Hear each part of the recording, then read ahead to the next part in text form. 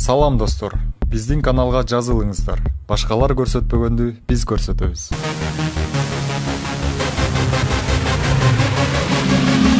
Мамлекеттик бажы кызматынын мурдакы орун басары Райымбек Матраимов Кыргыз өлкөсүндөгү азыркы саясий кырдаал боюнча билдирүү таратты. Урматтуу замандаштар, өзүңүздөр көрүп тургандай, акыркы 2 жылдан бери кайсыл бир саясий топтор мени каралоо максатында түрдүү божомолдорду, ар кандай жалган маалыматтарды таратып келди. Мунун баарына качандыр бир чек коюлат деп ойлоп жүрөм. Бирок акыркы 7 ай ичинде бул каралоо акциясы башка деңгээлге чыкты. Айрым журналисттер ошол саясий топторду куралына айланып, кечээ мени өлкөдөгү бардык экономикалык проблемалардын себеби катары сыпатташты. Бүгүн ойго келбес, кечирилгис кылмыштарды мага шылтап, жалган жала жабууга өтүштү. Мени кызмат ордума кайра коюу боюнча сот чечиминен соң өз каалоом менен бажы кызматына кайра барбоону чечкем.